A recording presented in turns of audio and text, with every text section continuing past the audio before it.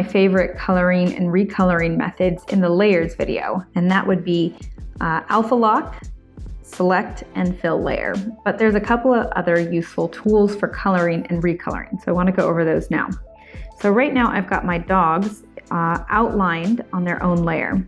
And if I come in here, I grab the color icon here and I drag and drop it into one of these enclosed spaces, it's gonna fill that whole space with color. So for example, an enclosed space is this leg right here. All of the outlines touch. So if I drop the color in there, it's gonna fill that whole space. Now, if I come over here to this dog and I'll do a tan color and I try and do the same thing in his body, it's not gonna work. It's gonna fill the whole space because if you look closely, this is not an enclosed shape. It's open right there and it's open right there. So I'm gonna undo that. Now, for those of you who are cartoonists and for some reason you want to keep your ink layers, like your outlines and your filled color separate, Procreate has an amazing tool called Reference. So I'm gonna tap on my outline layer, I'm gonna hit Reference, and on a new blank layer, I'm going to drag and drop that color in there. And basically Procreate's telling it, hey, use this outline as a reference to color drop into the space in those outline spaces on a new layer. So let me turn off the outlines, and you can see it's just filled in on a new layer by itself those areas that were enclosed. So that's really nifty. I'm gonna turn that off now because color drop doesn't just fill empty spaces, it can also change color as well. So I am on my details layer here. If I take the color and I drop it onto the bowl, it can change that red bowl to a yellow bowl. Now it didn't change this to the same color of yellow, it just adjusted it so that it was a little bit more of a yellow shade than it was before. So if I undo that and I drop the color onto the back side of the bowl, it turned the back side of the bowl yellow and it adjusted the front side of the bowl to be a little bit more of a yellow hue.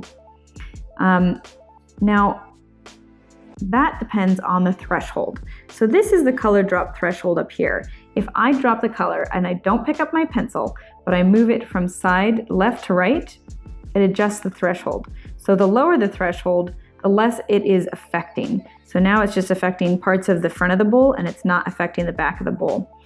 Now it's gonna, every time that you color drop, it remembers where you were last. So I'm going to try and fill this to 100%. Now, if I run out of space, all I have to do is undo and try again. And now I have the room to go all the way to 100%. Now, since I did 100%, it tried to adjust everything to be more of a yellow hue compared to where I was dropping the yellow color. So it made these bones kind of green. So if you really want to be exact with this, you want to come in here and drop it where you want the color to be. So if you want the bone to be yellow, you got to drop it on the bone. And if you want the bowl to be yellow, you got to drop it on the bowl, sorry. And I don't want it to be so high that it affects everything else. So I got to drag it to the left or the right. And again, that only works if you don't pick up your pencil when you drop the color. The adjustments tools also have some really cool recoloring effects. I'm not going to go over everything in here, but I do want to go over recolor. So recolor is always going to start by dropping a little crosshatch mark in the center of the canvas. And if you want to move that, you need to drag it to where you want to go. So I'm going to zoom into the color over here. Now the flood is going to adjust the same, it's basically the same as that color drop threshold was. So if I flood it all the way, it's gonna try and grab everything on the layer. And if I go really small, it's only gonna grab a portion of where I'm at. So what makes recolor different is that you can come in here and you can adjust the color live. So you can try all these different shades and you can move around in here. You can do whatever you want without having to exit the tool. You can just keep trying things. Now, if you want to add another section to your recoloring, you can tap on a new area, but it's always going to revert to the color that you had when you first opened the recoloring tool. So if there's a specific color that you decide you do want to recolor, you might want to put it in your palette so that you can just reference it, because if I try and match that blue, it's a little bit harder than if I just, you know, tap a new color in the palette. One other adjustment layer that I like is the hue, saturation, and brightness tool.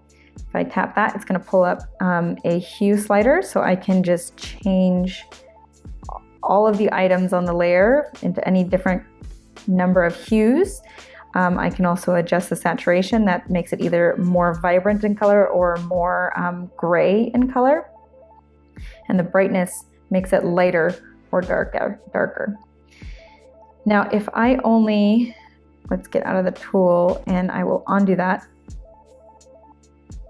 Now let's say if I only want to affect one bowl, I'm on the layer that I want to select. I only want to adjust the color for this one here. All I have to do is select it, and then I can come in here and just affect that one single selection.